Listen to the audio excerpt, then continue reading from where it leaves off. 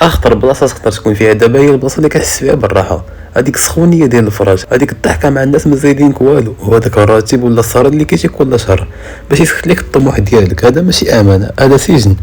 سجن الحيوط ديالو مقطن وقمطان ديالو من الحرير. داكشي علاش ما كتحسش بيك وانت كتغرق. عقلك مبرمج باش يحميك، وباش يحميك خاصو يخليك مرتاح وما دير حتى مجهود. ولكن المشكله هي ان العالم ما كيرحمش المرتاحين.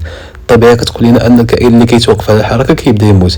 الا بقيتي في بلاصتك راه العالم كيزيد وانت كترجع للور. السعاده الحقيقيه ما كايناش في الراحه، السعاده كاينه في الغزو، في انك تغزو العجز اللي فيك كل نهار. بزاف كيسولوني بغيت نتبدل، ولكن جاني التغيير صعيب. اسمعني مزيان، التغيير خاصو يكون صعيب، حيت لو كان ساهل يكون كلشي ناجح. خاص تقبل الوجع ديال البدايه، خاصك تقبل انك تولي غريب في عينين صحابك. سجن الراحه كيطلب منك حاجه وحده، تبقى بحالك بحالهم. باش تخرج منه خاصك تخلص الثمن، والثمن هو الرفض والتعب. نوض دير شي حاجه كتخاف منها، نوض تعلم ديك المهاره اللي كتقول غدا نبدا غدا نديرها.